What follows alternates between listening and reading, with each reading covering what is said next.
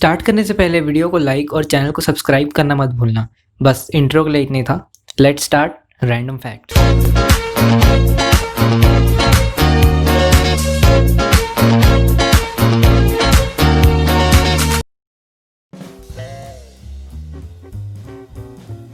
Printing press को widely consider किया जाता है as one of the most important inventions in human history.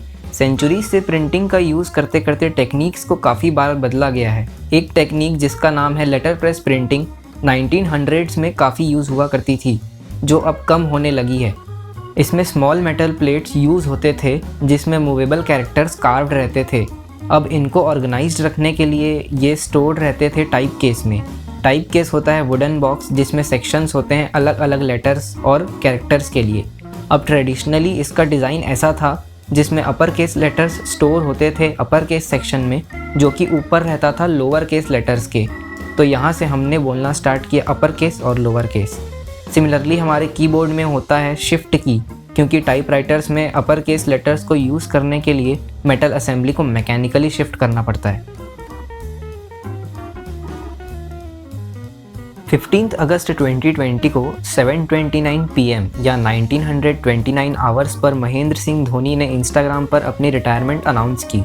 लेकिन सब यही सोचने लगे कि ये टाइम ही क्यों चूज़ किया धोनी ने। फिर अलग अलग थ्योरीज आ गई, जिसमें एक थ्योरी है कि 2019 वर्ल्ड कप के सेमीफाइनल में जब इंडिया न्यूजीलैंड से हारा था, दैट इज़ जब इंडिया की लास्ट विकेट गिरी थी, तब टाइम हो रहा था 1929।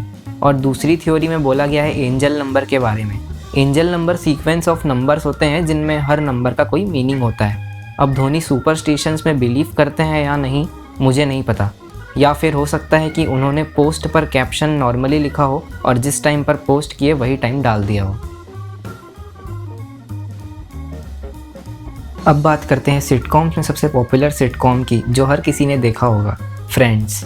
इस सिटकॉम के लीड कास्ट थे Matthew Perry, Matt LeBlanc, David Schwimmer, Jennifer Aniston, Courteney Cox and Lisa Kudrow. Season 1 में सबकी पर एपिसोड इनकम थी $22,500, जो कि सेकेंड सीज़न में अलग अलग एक्टर्स के लिए डिफरेंट हो गई।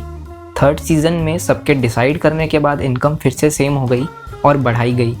सीज़न 4 में $85,000 हो गई। ऐसे ही हर सीज़न में बढ़ते बढ़ते सीज़न 9 और 10 में $1 मिलियन पर एपिसोड हो गई। उसके बाद कास्ट ने कॉन्ट्रैक्ट रीनेगोशिएट किया, जिससे सिटकॉम के रीरन से भी कास्ट की अर्निंग हो, जो कि थी प्रॉफिट का 2%। हर साल वार्नर ब्रदर्स को इस शो से $1 बिलियन का प्रॉफिट होता है, जिसका 2% यानी $20 मिलियन पर एक्टर इस शो के लीड कास्ट को मिलता है।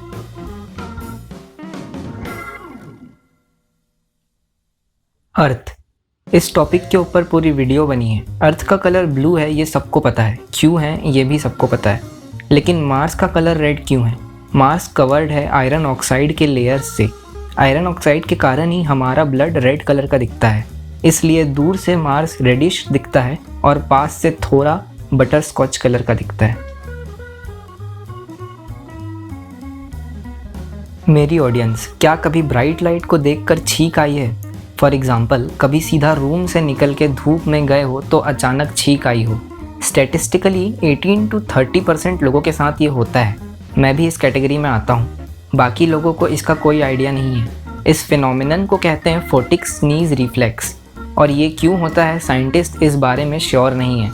लेकिन कुछ साइंटिस्ट के हिसाब से हमारे ब्रेन में ऑप्टिक नर्व जो विजन के लिए होती है, और ट्राइजेमिनल नर्व जो हमारे नाक में इरिटेंस सेंस करता है और हमें छींकने की अर्ज होती है, ये दोनों नर्व्स आसपास होते हैं, जिसकी वजह से हमारा ब्रेन कंफ्यूज हो जाता है और हमें लाइट को देखकर छींक आती है। जब मौसम अच्छा हो तो बादल देखने में काफ़ी अच्छा लगता है। धीरे धीरे बादल फ्लोट करते हुए जाता रहता है।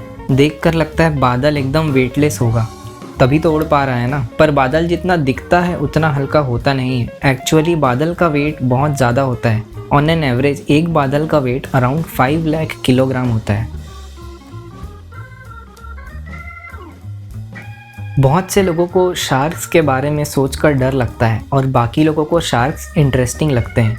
डिस्कवरी चैनल देख देख कर हमें लगता है कि शार्क्स किलर मशीन होती है और बहुत से इंसानों को रोज़ मार देती है। जो कि गलत इन्फॉर्मेशन है। अगर शार्क्स हमारे जैसा सोच पाते तो वो तो हमसे भी ज़्यादा डर जाते। ईयर 1580 से ह्यूमंस ने शार्क अटैक्स का रिकॉर्ड रखना चालू किया है।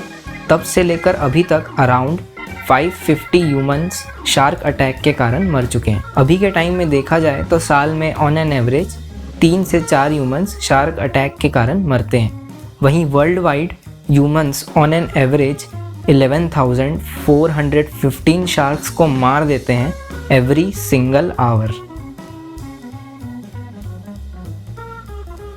वर्ल्ड में बहुत से सिटीज़ और टाउन्स हैं जहां लोग घूमने के लिए जाना पसंद करते हैं या सोचते हैं। ऐसा ही एक स्पेनिश टाउन है सेंटिनल। ये पूरा का पूरा टाउन बसा है एक रॉक के नीचे। तो हमारा चैनल टूरिज़्म चैनल भी बन चुका है।